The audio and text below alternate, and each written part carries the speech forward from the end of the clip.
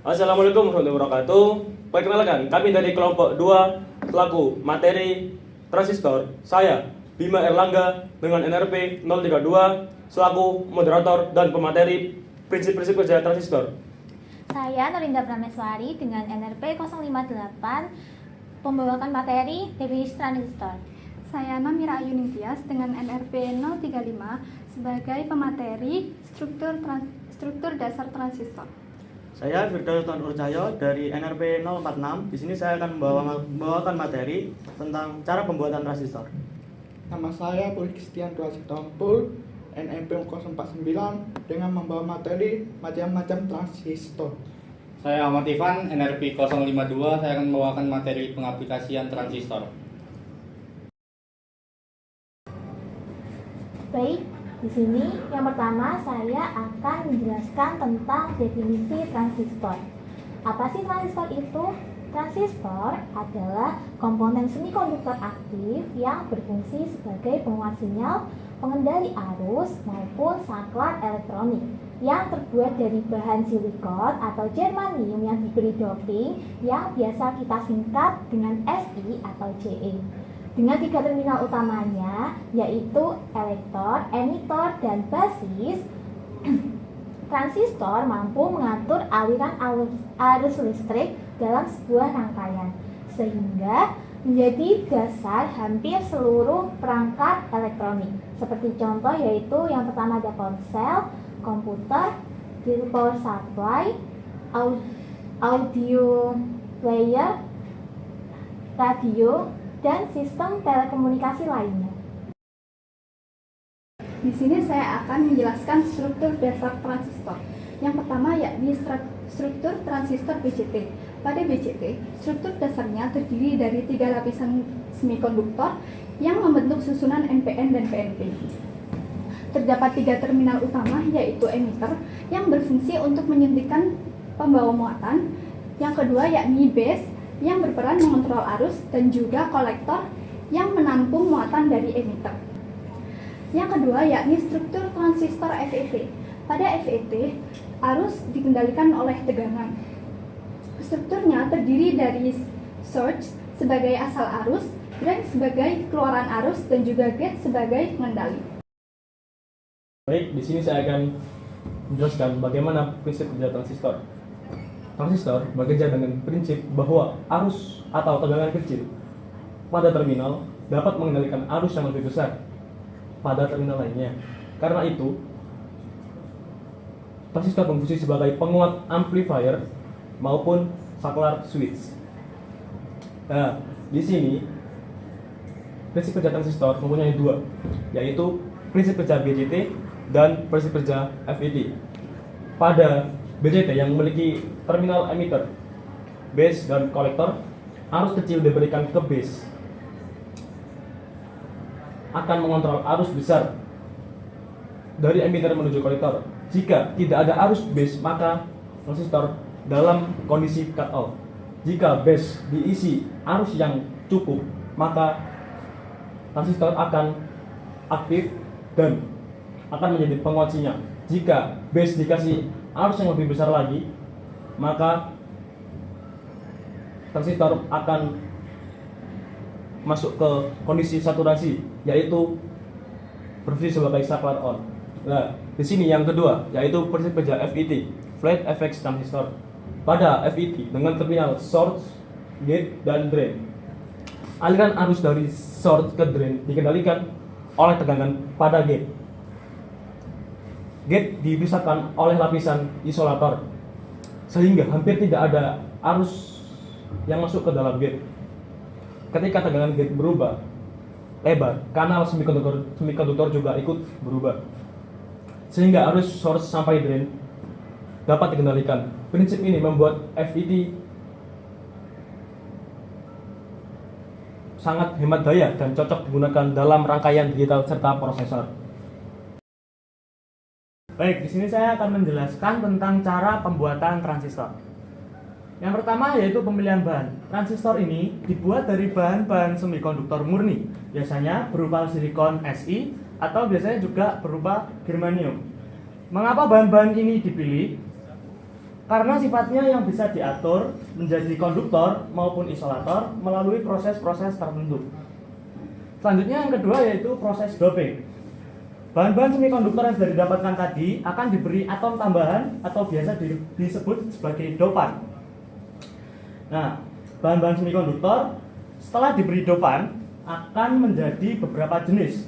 Jika di BJT dapat menjadi tipe N dan dapat menjadi tipe P yang nantinya akan menjadi transistor PNP maupun NPN. Nah, sedangkan pada transistor FET akan menjadi kanal semikonduktor. Yang selanjutnya yaitu pembentukan struktur lapisan. Nah, bahan-bahan semikonduktor yang sudah didoping tadi nantinya akan disusun dengan ketebalan dan konsentrasi yang berbeda-beda. Contohnya saja pada BJT. Nah, pada emitter itu didoping lebih tinggi supaya dia bisa menginjeksikan banyak muatan elektron. Sedangkan pada base, dia didesain sangat tipis dengan doping rendah untuk mengontrol aliran arus semakin cepat dan mengontrol aliran arus itu semakin mudah. Setelah itu yang ketiga ada kolektor, dia didesain lebih besar agar bisa menampung pembawa muatan dari emitter. Nah, sedangkan pada MOSFET dibuat kanal semikonduktor dengan lapisan SiO2 dan elektrobaget di atasnya. Selanjutnya yaitu pembuatan kontak logam. Seperti yang kita tahu, pada transistor biasanya terdapat 3 terminal. Jika pada BJT ada emitter, base, dan kolektor. Sedangkan pada FET biasanya ada source, gate, dan drain. Nah, pada proses ini terminal logam itu ditempelkan pada masing-masing bagian agar transistor dapat dihubungkan ke rangkaian yang ingin kita gunakan. Yang selanjutnya yaitu proses encapsulation atau proses pengemasan. Nah, pada proses ini transistor akan dilapisi epoksi, plastik, atau keramik yang nantinya akan melindungi dari panas, kelembapan, dan kerusakan mekanis. Nah, pada proses ini adalah proses akhir dari pembuatan transistor. Setelah proses ini, nantinya transistor akan dapat digunakan untuk rangkaian listrik. Macam-macam jenis transistor. BJT bipolar junction transistor memiliki 3 terminal, emitter, base, dan kolektor. Bekerja dengan mengendalikan arus besar dari emitter ke kolektor menggunakan arus kecil pada base. Dibagi menjadi 2 tipe. NPN arus mengalir ketika base diberi arus positif. PNP arus mengalir ketika base diberi arus negatif. Banyak digunakan pada rangkaian penguat sinyal analog dan sekitarnya. 2. VET atau Wide Effect Transistor memiliki 3 terminal, source, gate, dan drain.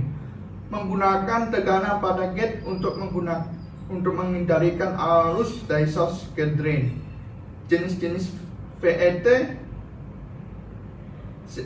JFET, junction VET sederhana menggunakan junction PN untuk mengatur kanal.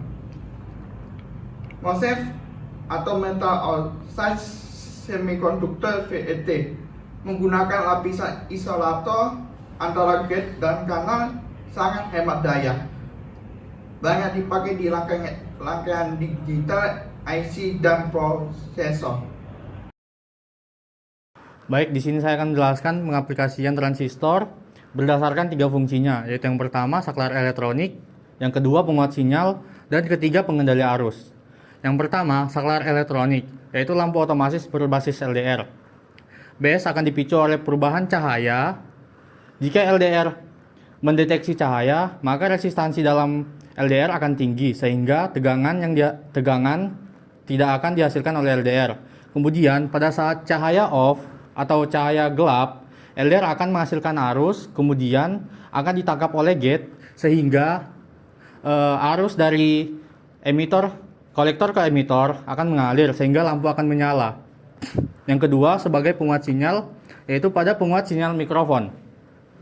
Sinyal kecil yang dihasilkan mikrofon akan diperkuat lagi oleh transistor agar pada saat masuk ke amplifier, sinyal yang dihasilkan mikrofon bisa diperbesar sehingga dapat dikeluarkan oleh speaker.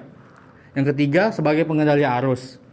Arus yang berlebihan akan memicu transistor sense sehingga menghasilkan tegangan yang tinggi. Tegangan yang tinggi tersebut akan membuat transistor mengalirkan arus lebih sedikit, sehingga arus yang dihasilkan oleh transistor akan menjadi sedikit dan tidak akan membuat overload.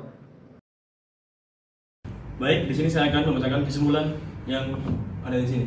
Kesimpulan, transistor adalah komponen semikonduktor aktif yang berfungsi sebagai penguat sinyal, pengendali arus, dan saklar elektronik. Jenis utamanya yaitu BJT yang bekerja dengan arus basis untuk mengendalikan arus emitter ke kolektor, serta FET yang dikontrol oleh tegangan gate untuk mengatur arus source drain, serta dasar transistor terdiri atas lapisan semikonduktor N dan P dengan 3 terminal utama, serta dilengkapi kontak logam dan pelindung. Pembuatan transistor meliputi pemilihan bahan semikonduktor, proses doping, pembentukan struktur, pemasangan terminal, dan encapsulation.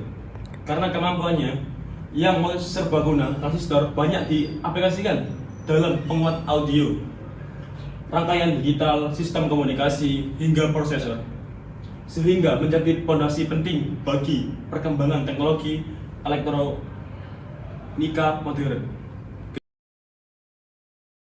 Sekian itu saja presentasi dari kelompok kami. Bila ada kata salah, mohon dimaafkan. Wassalamualaikum warahmatullahi wabarakatuh.